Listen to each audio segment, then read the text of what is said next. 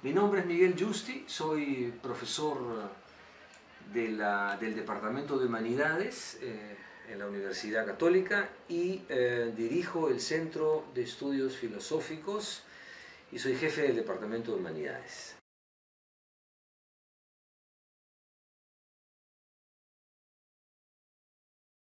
Hay una relación muy antigua de la filosofía con las matemáticas.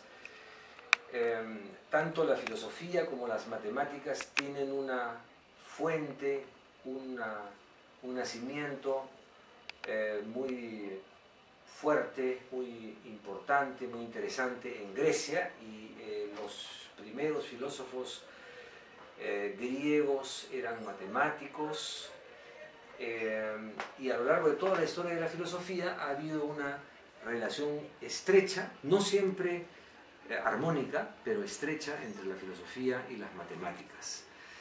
Al punto que hay algunos filósofos que han considerado que la civilización contemporánea está influida grandemente por el modelo de pensamiento matemático que los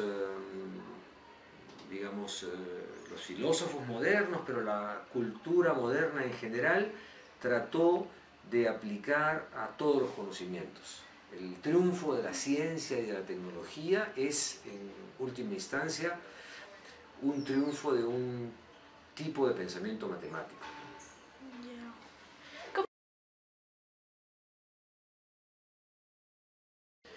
Bueno, la relación entre la ética y las matemáticas es muy interesante. Acabo de mencionar la época moderna.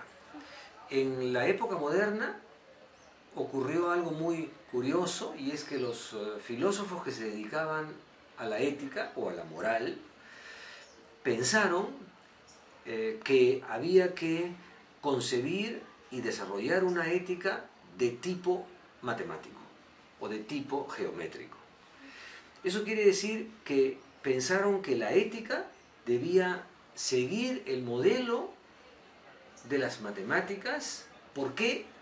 Porque las matemáticas son un tipo de pensamiento axiomático, evidente, deductivo, y que tiene conclusiones firmes e indubitables. Entonces decían, la ética tendría que seguir ese modelo. Entonces la ética también tendría que ser una ética axiomática, con principios firmes, evidentes para todos, válidos para todo el mundo.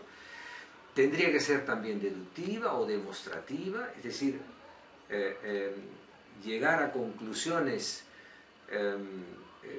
que no tengan dudas sobre los valores y los principios que deben regir en la vida social o en la vida personal. Entonces, desde la modernidad hasta nuestros días, hay una corriente fuerte de la ética que ha querido seguir o imitar el modelo deductivo de las matemáticas, de manera que pueda ser una ética que se imponga a todos con evidencia, así como a todos se les imponen los razonamientos matemáticos. Entonces, en toda la historia de la filosofía ha habido, como digo, una corriente, especialmente desde la modernidad, ¿no? Una corriente de pensadores de la ética que ha querido asimilar el conocimiento y el desarrollo de la ética al conocimiento matemático. Pero ha habido un grupo opuesto.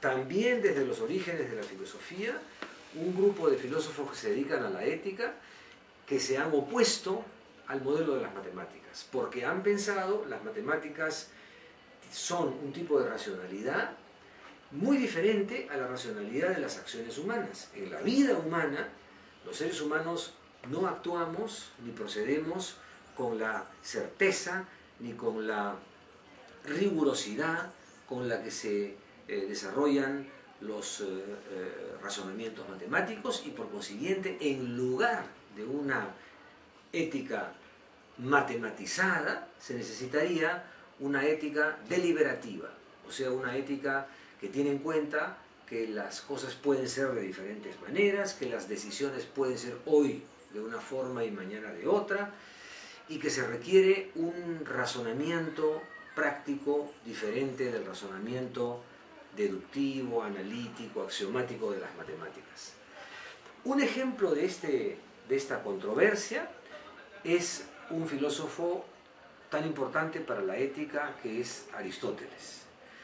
Aristóteles tiene un libro muy importante que se llama La Ética de Nicómaco, y en ese libro dice Aristóteles desde el comienzo que la ética se ocupa de la práctica y no de la teoría, y que la ética, para poder desarrollarse, necesita diferenciarse de las matemáticas.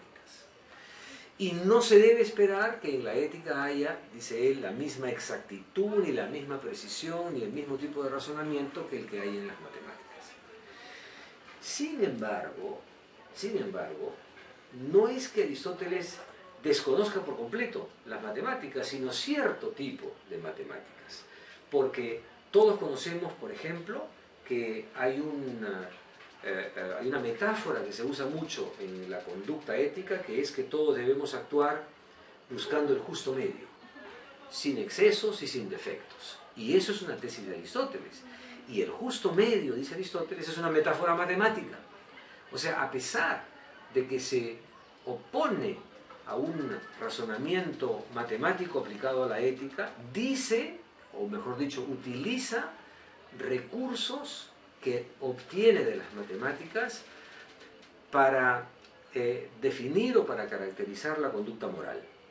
Claro, el justo medio no es la mitad. El propio Aristóteles dice, voy a usar una metáfora matemática, pero en un sentido especial. Porque el justo medio es la medida adecuada, la medida proporcional. Entonces, por eso él usa a veces la idea, la figura de que es una proporción geométrica y no una proporción, y no una mitad o una media aritmética. O sea, quiero decir que a pesar de la oposición que han tenido algunos filósofos como él a la confusión entre matemáticas y ética, a pesar de eso, él ha usado un razonamiento o un tipo de razonamiento matemático ligado a la medida armónica o a la medida proporcional para decir cómo debería ser la conducta humana. Gracias, profesor. De nada.